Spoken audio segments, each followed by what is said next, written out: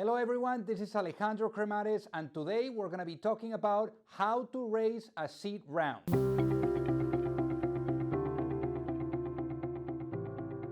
So basically what we're going to be discussing is what is a seed round, what are the different expectations, and some of the different things that founders are going to need in place in order to really get that money early on.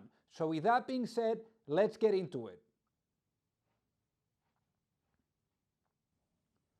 So the first part is to really understand what is a seed round. And a seed round of financing is ultimately that first tranche of money that the founder or the company is really bringing in from early stage investors, and essentially it ends up being the first round of financing that you raise as a founder.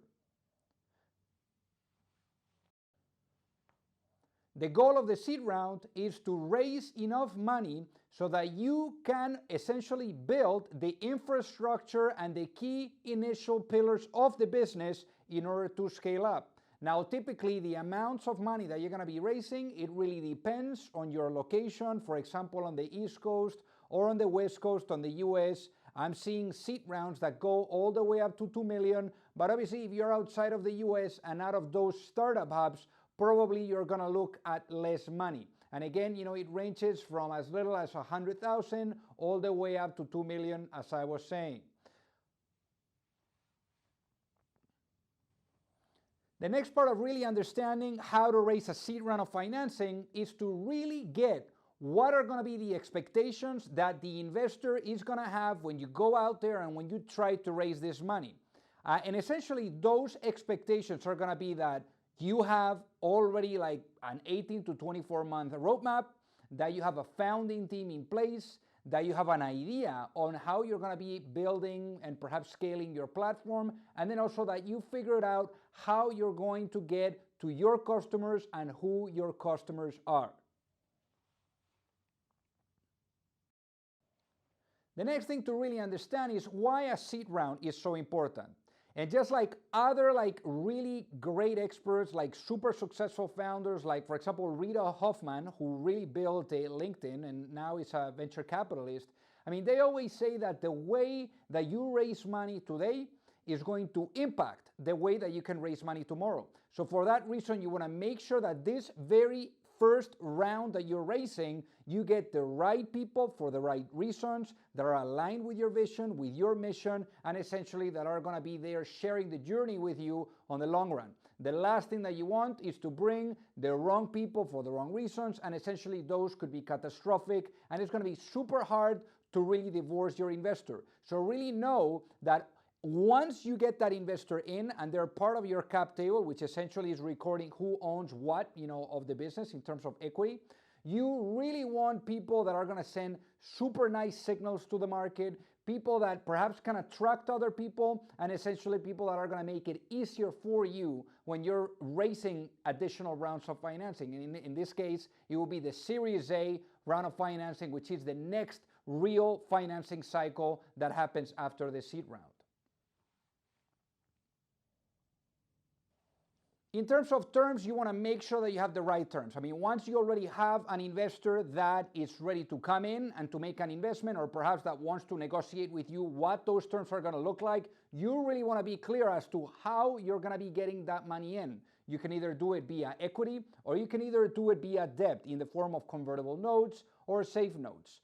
Typically, what I see is that at a seed round, you want to maybe delay a little bit more, especially if you're just dealing with individuals, putting a price tag on the business. Maybe you delay that to the Series A, and a good way to do that is via perhaps convertible notes, where essentially people are giving you the money, and you are promising them that those notes are going to convert into equity once you have a sophisticated investor that is coming in and leading your round perhaps on the Series A, where you have literally venture capital firms coming in and really establishing those terms. So again, you can either choose whether an equity round is right when you're pricing the business, when you're putting a price tag that you negotiate with the investor, or perhaps maybe the right route is to delay that process and putting a structure really in the form of a convertible note, which is a form of debt.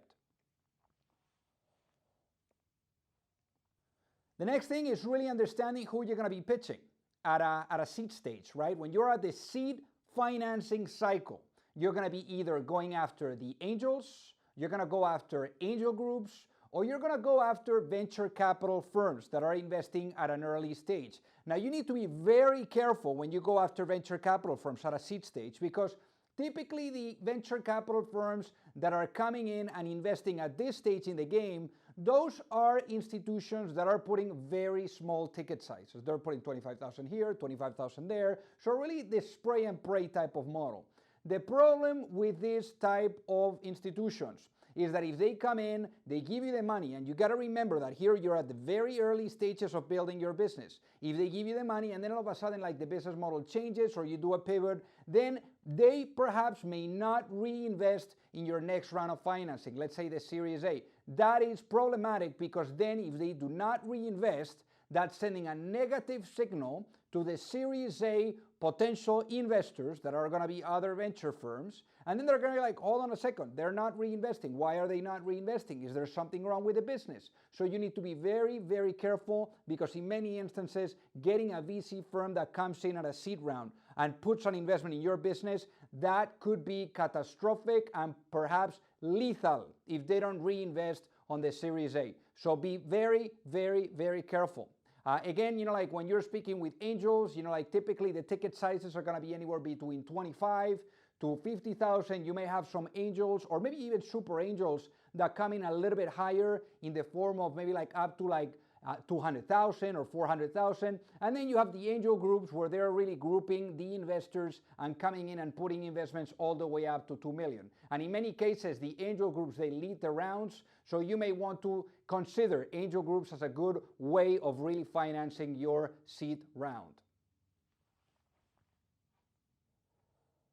So the investor is going to want to see, in terms of what they're going to be expecting in terms of like materials, they're going to want to see a pitch deck. You can see the pitch deck template underneath this video. You're going to also have to share with them a financial model where you're projecting, let's say over the next 3 to 5 years, the growth, the assumptions on the business and so forth. And essentially, if they like what they see, then they're going to give you a term sheet, perhaps like there's going to be like a due diligence process where maybe you're allocating and putting everything into a Dropbox folder or a Google Drive folder, and you're essentially sharing that. And then if they like that, then you go into either going on the convertible note purchase agreement or form of note, which is really when you're doing a convertible note, or really signing the subscription agreement if you go for an equity round. Now, when it comes down to how you're able to really get all the investors excited, in terms of how you do the strategy, it's very simple. You just do the research, you see which investors are actively investing in your segment, in your location, and then also in your financing cycle. And as we're saying, in a seed round, which is what you're raising. And essentially, you're going to get founders of portfolio companies that have received an investment in the last 6 to 12 months. And ultimately, you use those founders to really get the foot in. This is all about getting someone that has that layer of social proof to get you into the circle of trust, to reduce the amount of time from first touch point to money in the bank.